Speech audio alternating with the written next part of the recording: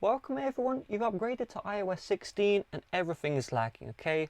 Something as simple as moving widgets around, I don't know if you can tell, that is lagging quite hard. Let's fix it.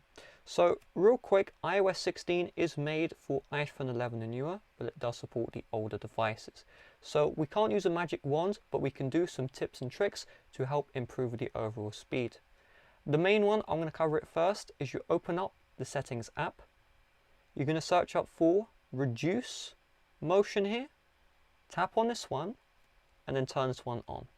So this will effectively remove the animations off of your device, and so what that means is look how fast I open up the settings, for example. It's going to help speed things up, okay?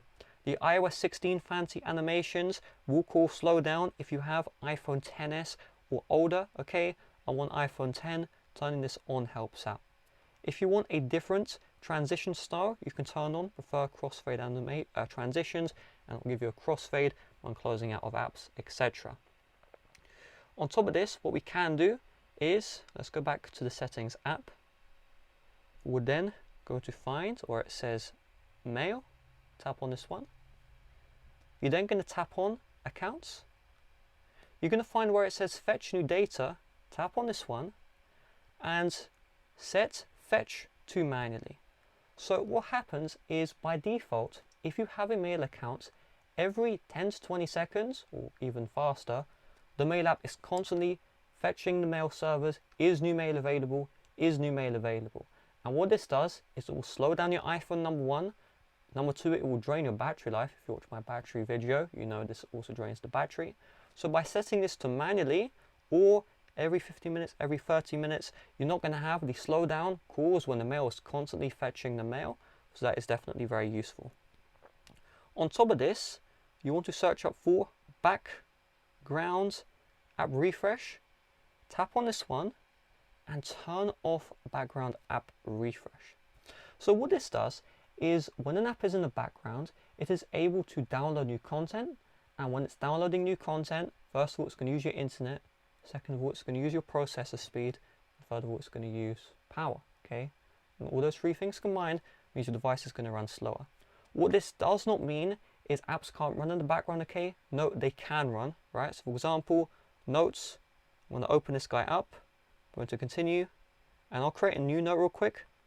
And if I go home to settings, you can see the app still stays open in the background.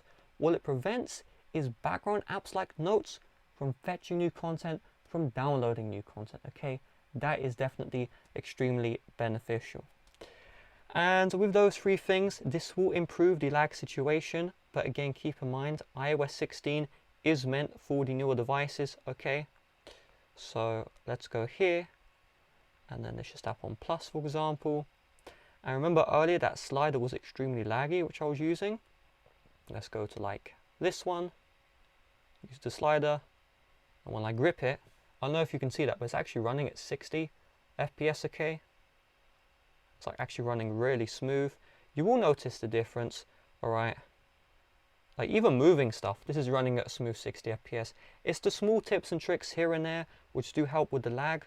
Unfortunately, you can't have the full smooth animations. However, again, those are made for the newer iPhones. They're not made for the older iPhones like iPhone 10, 8, 10s, etc. So with that being said, thanks for watching. See you guys later. Bye bye.